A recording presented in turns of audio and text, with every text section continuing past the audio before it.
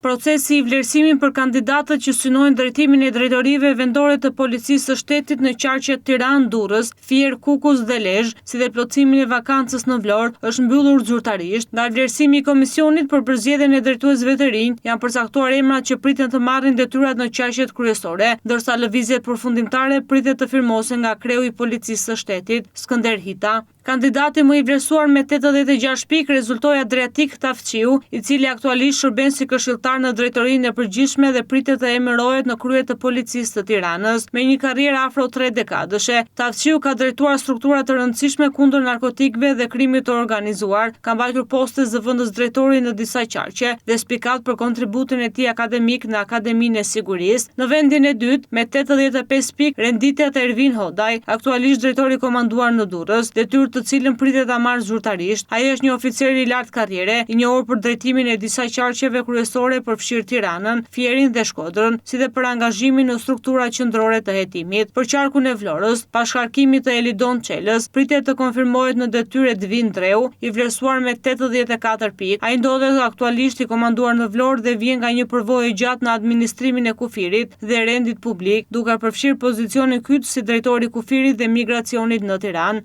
Drejtimin e qarkut të Fierit pritet ta mbajë Erion Ahmeti, i cili aktualisht ushtron detyrën e drejtorit të komanduar në këtë qark. Ahmeti është një oficer me përvojë të spikatur në radhët e Policisë së Shtetit, i cili para se të angazhohej në drejtimin e drejtorive vendore të qarqeve, ka pasur një kontribut të gjatë në strukturat e rendit, duke mbajtur role të rëndësishme drejtuese në menaxhimin e sigurisë, siç ishte drejtimi i suksesshëm i Policisë Rrugore të Tiranës.